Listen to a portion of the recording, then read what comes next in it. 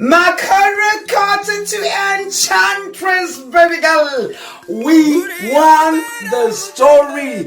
Yeah, alright, just take a look at the conversation, and I was when Enchantress on Instagram. I think it's out Queen Tawina case. Alright, that's the screenshot of the conversation in Enchantress. I think it's out Queen Nyaya winwa, and she's so grateful. Ada kutengera shumba yembe ndoba ndavataiwa chidzita natu nepedze shu dzedze butsu natu.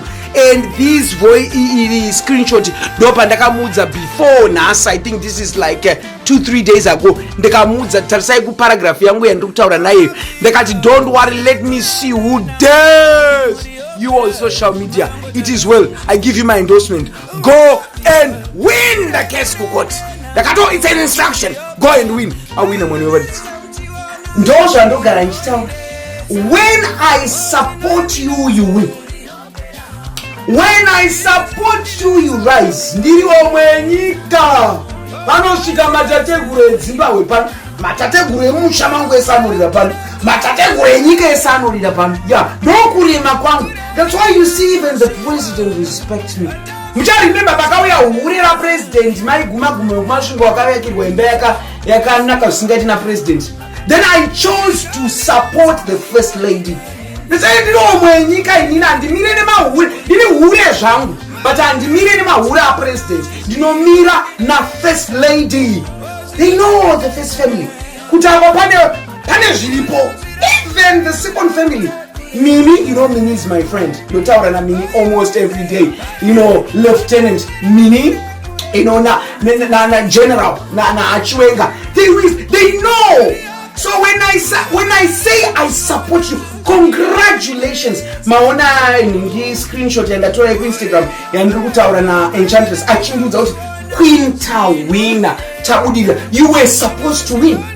I cannot come with my shadow and my protection and I say I love you and I support you and you lose. It's not an option. Makona one of the mbingas yandowirana nayo Mr. Scott Sakupanya uyane gold rakanyaka mwika. Ndakangoposta ka one aine game re FC Platinum. Ndakati Scotland is winning. Didn't I say that? Havana kuwina ne FC Platinum. That's my power. If you know, you know. When the queen of the country, of the table says you will win, you will win. Congratulations. Sakada kutengera mai vangu dress. Make it 3 dresses, very good. Enchantress. Make it 3 dresses. Make 3 pairs of views. Not good. My mother is a truck driver. Ashumba is a Gonyet driver. And she doesn't farm, So I'm not trying my role. Come because you're dressing in my role. Not going to say that dressing in my driver. My mama was slave and go take a switch. Come to my dress a 3, my size 46, my mom is just like me, I think. Don't take it on my mom. Then boots Zabo, go track a size 41, 42. My mom gonna be, but its name must go. My daff not go. It's almost flat. Because my mom got application. But thank you for wanting to honor. My mother will be that Tate. My mother won't be. My mother would not be common because my mom is 71 years. And I don't think you are in your 50s or whatever.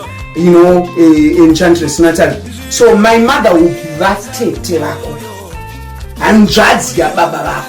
Not that my mother will be your command. My mother will be, but still you are my mother because mwana we judge ya my mom.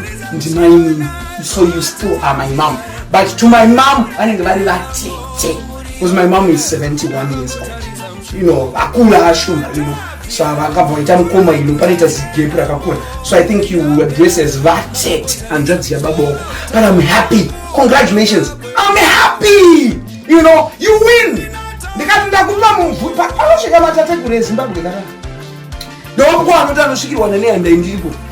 Don't Pane HOMWE dzindikapa saka ndikataura kuti uri kuwina ndakatomudza winbox. I think ndichaposta kuti screenshot ndakamuti go and win. munoona screenshot ndaposta ndakamuudza Nathalie ndakati go and win the case, and now we are here. Congratulations. Makorokoto, oh makorokoto, makorokoto, aya ndiwo makorokoto, korokoto aya ndiwo makorokoto, makorokoto Nathalie. Ashimba, you make me proud. Nasi nangotega ndite combo video papa chibuda chikafu chiri kubuda ndiri kubikira Thomas. Varume vanoda kuita vachipfuhwirwa. That's how it is in life. Saka ndichabika chikafu ichi ndichachimixa nechoya changu chandakagera, choya mupfuhwira mukuru.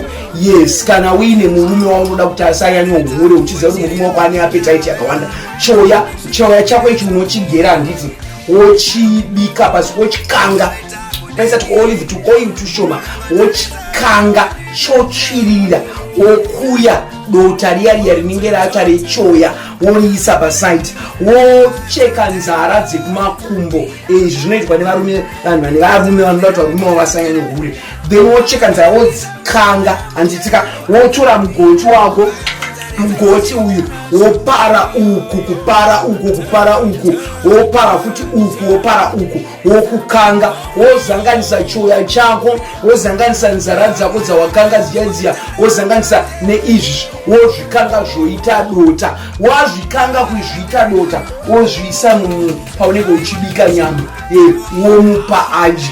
Saka zvaunotanga waita unotanga wadya so that hana yake idye yakadi yakadzikama, asafunge kuti wamupfuhwira. Tanga ungotereka ndibvise uroyi wodya. But first spoon yaanodya ngaasadyenga mudyise. Ropa unonzi wanhu wakuru achiti akadyiswa mudyise. Amedza umupati kumvura kana kuti tukubhiya zvapera. That's how you win the case.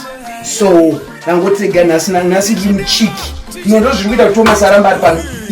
Inyama yekrocodile nemadomasi nemaonyeni ndikuazanganisa nemupfuhwira. Remember, choya unochigera zvakanaka, unochigera neshaving machine, wochikanga dota racho neolive oil woisa paside. Nzara dzekumakumbo wodzikanga woisa paside. Then mugoti uno chinhu chinoyera mumba mako. Mugoti unodedza murume. Mugoti wako chizingai wopara mugoti wokanga wozozanganisa izvozvizvi nzara choya nemugoti. Usually ndozanganisa nekari, maspices anichavhuri madhirowa angu, but maspices pane maspices atori mukati momo mune zvikarikari zvandokaridzira ndozanganisa nekari kari kwakwa ndaisa nekari chakuratidza kuti ndichipfuhwira munozomupingidza but that's how it is. Now what nasrega nikuita combo video. I love you. Happy win. Mukuya kumuchato wangu musi wa 13 December in Sweden. Are you coming? Because I invite you. Come kumuchato wangu.